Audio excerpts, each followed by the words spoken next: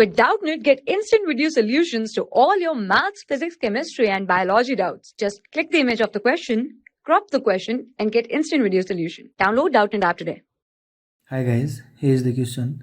A sphere of mass 15 to 10 raised power minus 3 kg moving with a velocity of 2 meter per second hits another sphere which is at rest, assuming the collision to be head-on collision, and they stick together after collision and move in the same direction with a velocity of 0.5 meter per second. Find the mass of the second sphere. So guys, question is very simple. The mass of the sphere, that is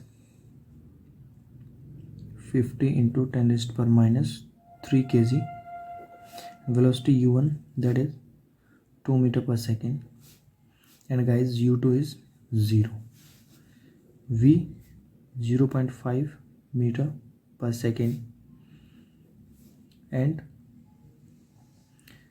v is equal to v1, that is equal to v2, because after collision they stick together, that is equal to 0.5 meter per second. So according to linear momentum conservation, m1 u1 plus m2 u2, that is equal to m1 plus m2 into v. Okay, so 15 to 10 raised power minus 3 u, that is 2, plus m2, that is equal to 50 into 10 raised power minus 3 plus m2 into 0.5. okay, from here we get the value of m2, that is equal to 50 into 10 raised power minus 3 into 2 minus 50 into 10 raised power minus 3 into 0.5 divided by 0.5.